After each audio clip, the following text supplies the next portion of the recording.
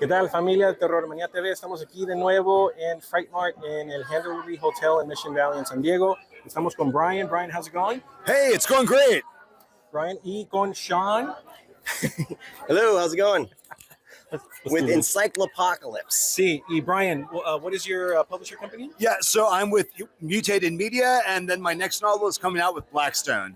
Okay. So we want to talk to you about your books and the focus of your books because we are at a horror terror convention. So Brian, let's start with you. I love this first book. The title is called Man, Fuck This House. Man, fuck this house. Yes.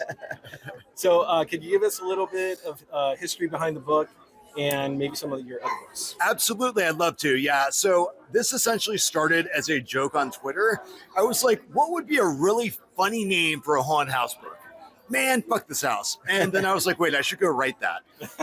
So essentially, it's your typical haunted house setup where a family moves into a new house, spooky things happen, but it's a little bit different. Can't get in too much into it, but I tried to play with all the standard tropes of a haunted house story and kind of subvert them a little bit. Okay. So Awesome. yeah, it's the book is also a lot about the relationship between a mother and her son, and it's very unorthodox. And also, there's haunted stuff happening. So, yeah. Sounds like a good read. And then Sean, the book that caught our attention off of Encyclopocalypse Yes. is Phantom Limbs. Can you Phantom tell us a little Limbs. bit about that? Absolutely. This is a newer release of ours. It's by Jason Jenkins. He would write for Bladed Disgusting. He had a podcast. He had a column. That's the name. That's the word. Yep. A column and a podcast about Phantom Limbs, and it's basically about how studios are always trying to reboot, do new sequels of films, and it's about kind of the developmental hell that goes through, trying to get some of these IPs, back around into film and circulation. So this is stories of a bunch of films that never made it to be filmed. There's a couple Hellraiser developmental stories in there. Wishmaster 3, I believe, there's a story in there, and then a Stakeland 3. So there's a bunch of stories, interviews and stories about those films that we never got to see. And in fact, this book has opened up the availability of us to be able to maybe bring some of those films into novel form. So we're in the works with a bunch of filmmakers right now to try to see if we can get these films that were never made, some of them anyway, into a novel form so people can actually read those stories. All right. And then Brian, how long have you been working in literature? I've written all my life, but around 2016 was when I got serious, when I first got published. Okay. So, And then in the genre of horror and terror? yeah, about the same amount Okay. of time, really. Sean? I've been with Encyclopocalypse for I think maybe 4 years now. It's Mark Allen Miller started the company. He used to run Seraphim, which is Clive Barker's company. And then when he had a kid, he decided to kind of wanted to get out of LA a little bit and do his own thing. And when I came on board, they had a handful of titles, and then so it's been a few years. So we keep adding more things to our lineup. But so as a whole, Encyclopocalypse probably has been around for about 5 years. Awesome. Right. So greatest inspiration for writing horror and terror, and what's your favorite horror terror film? Oh, great questions. So my main inspiration really goes back to when I was a kid and I saw Garfield's Halloween Adventure, the yearly cartoon special they would play every Halloween. And I just remember it was about, the ghost pirates. I remember that moment where they're in the old man's house and they know the ghost pirates are coming. They can see the glow in the water coming up the dock. And I was like, the feeling that I got watching that, really I loved it and it affected me. It stayed with me all my life. And I've really just been chasing the same feeling I got watching Garfield as a kid.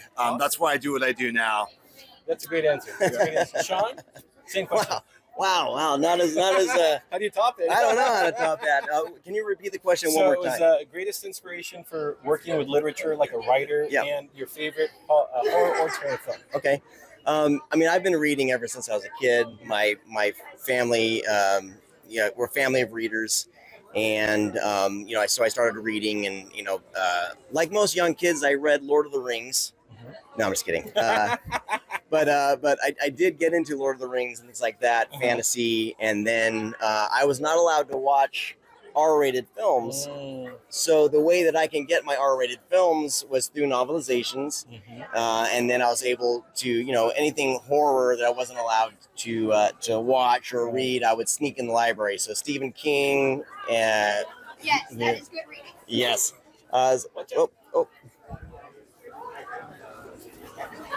So, Stephen King was a huge influence, and with the novelizations, it's just something that I've always loved. And Mark, Alan Miller, and I very much on the same page. We love searching for novelizations, and so it's a huge priority or a huge focus of what we do, bringing new novelizations to films that never got one, and hopefully bringing back out of print novelizations that never, like Fright Night is one that was out of print for a while. Blue Sunshine was out of print for a while. So being able to bring those back into print is a huge, it's very very fulfilling thing to do. Awesome. And did you give me your film?